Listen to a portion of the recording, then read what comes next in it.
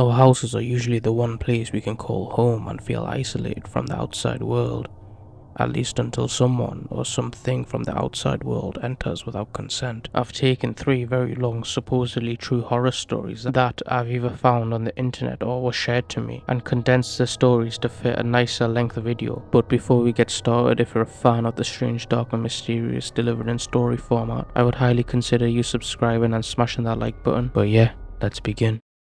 19-year-old single child Damien Andrews would drive directly from campus after his last class on Friday to his job at a gas station for 6 hours, and after his shift was done he'd go back to his parents' house. Usually his parents weren't home on the weekend nights, as they were the ones who were more often out drinking.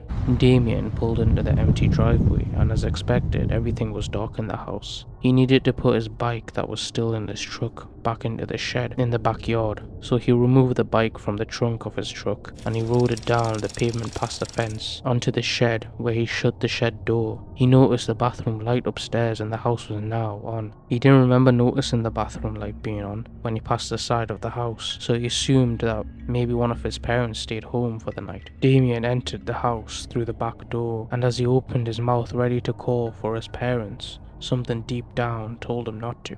Damien went up the half flight of stairs from his den to the midsection of the house. He looked up the short stairway to the upstairs and he saw a light creeping into the hallway through the closed bathroom door, so somebody was in there. He went upstairs calling out Mom and Dad. There were no responses, but he was now in very close range of the bathroom, now which made it odd. He approached the bathroom door calling again, Mom, Dad. No response. Damien figured his mom was in the bathroom with her earbuds in. The door was locked, so one of them had to be in there. When the phone rang, he went downstairs to answer it to find out it was his dad calling to check in to make sure Damien made it home okay. His dad sounded drunk as usual Friday nights, so Damien questioned him as to why he left Mom at home. As he walked back upstairs to the bathroom door, his dad seemed confused. Then he noticed at the bottom of the door, through the opening, 2 shadow outlines of feet standing by the door, literally facing the door right on top of it. Then Damien's dad dropped a bomb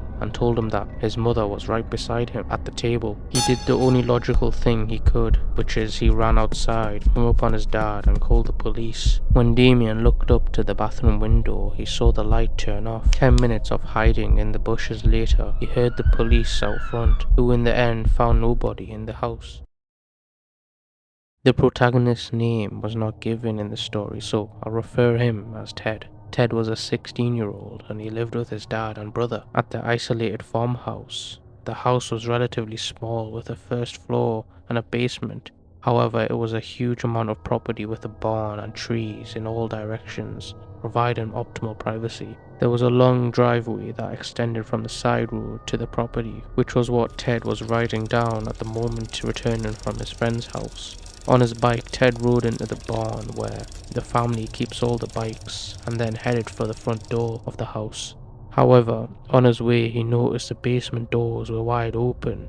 Not seeing any cars in the driveway, Ted assumed it was his little brother, who for whatever reason left them open. Shutting the doors and stepping down into the basement, Ted quickly realized none of the lights in the basement were on. He called for his brother, Andrew, who answered from upstairs. Andrew came rushing downstairs, turning on the lights on the way. The first thing Andrew pointed out was a foul stench in the basement, but Ted said he couldn't notice anything. Ted questioned Andrew as to why he opened the basement doors and left them open.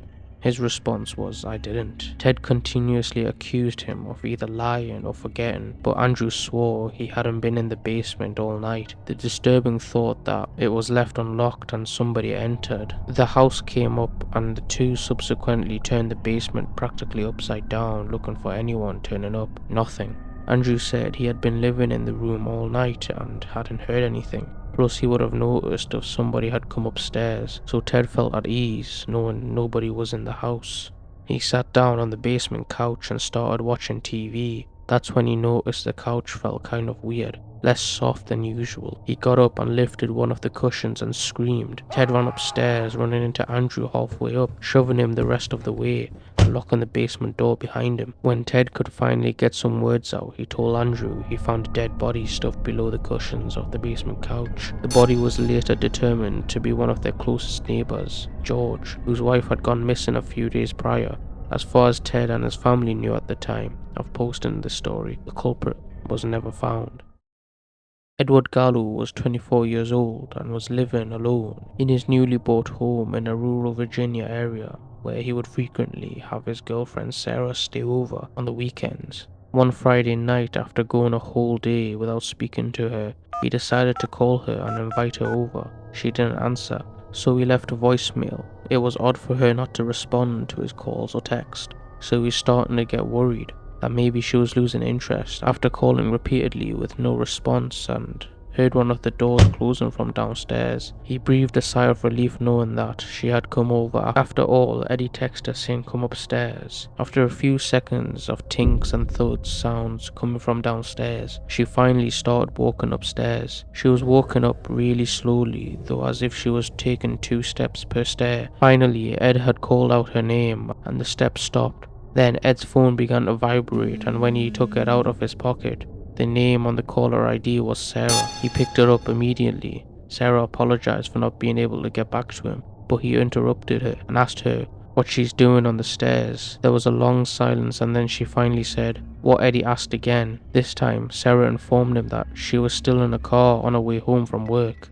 I'd locked the door, and immediately after the doorknob started turning, all Eddie could think to do was yell, "Get out of here," before I call the police. Whoever was on the stairs ran all the way back down and out the front door of the house, and Eddie looked out the window searching for whatever it was and saw the most disturbing thing he had ever seen. Across the road was a tall man wearing a dress shirt and ripped jeans, looking directly at him, and despite how far away he was, and could see a smile on the man's face before he turned and ran into the woods, never to be seen again.